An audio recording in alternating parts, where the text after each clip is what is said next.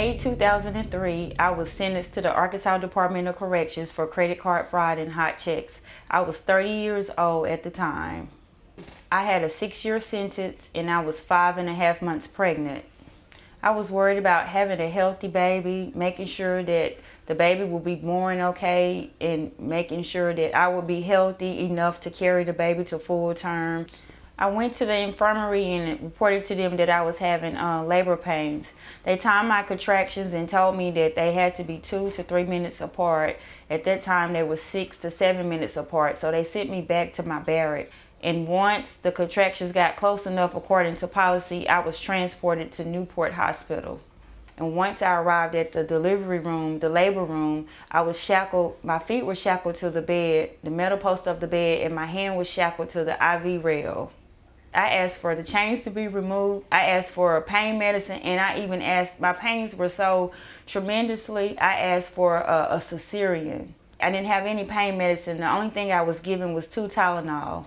When the nurses came in, the guard would remove the chains, but as soon as the nurses would leave out of the room, the guard would shackle me back. So within a 2 to 3 minute period, once they check me and go chart the notes, the guard would put the chains back on me. And I felt that the guard somehow was trying to teach me a lesson of being pregnant and being in prison. They unhooked the chains for me to deliver the baby, the handcuffs and the shackles. Once I delivered the baby, they reshackled me. You're telling me that in the 24 to 48 hours they allow you to be with the baby, you are shackled. Shackled. That's the part that makes me crazy. Officer Terinsky is in there the whole time with a gun, okay?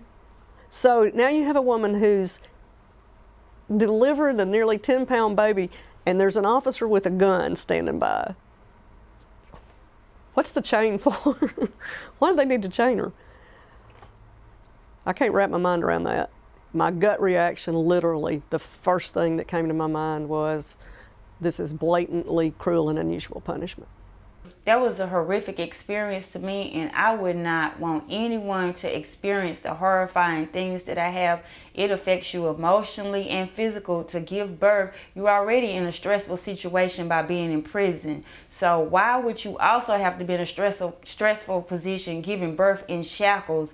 You already been sentenced for your crime, so it's really cruel and unusual to be shackled during childbirth. That baby is an innocent bystander in the whole situation.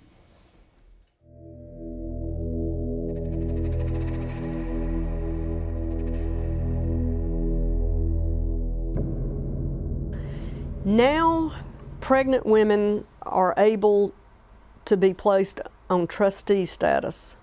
They're given some kind of a job or some kind of an alteration in their status so that they become trustees.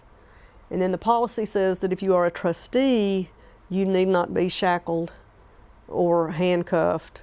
They now have entered into an agreement with the teaching hospital that all their pregnant prisoners go for their care to UAMS, which is a top flight hospital. So I think currently pregnant prisoners in Arkansas are getting great medical care through UAMS.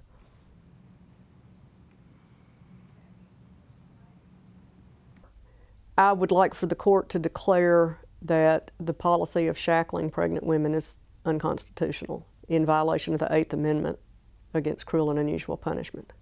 I told the 3-judge panel when I argued the first time at the 8th Circuit, I said, look, y'all don't know because they're all men, and I said, but I can tell you, every woman I know who gets to the final stages of labor and delivery would happily get up and run off if she could.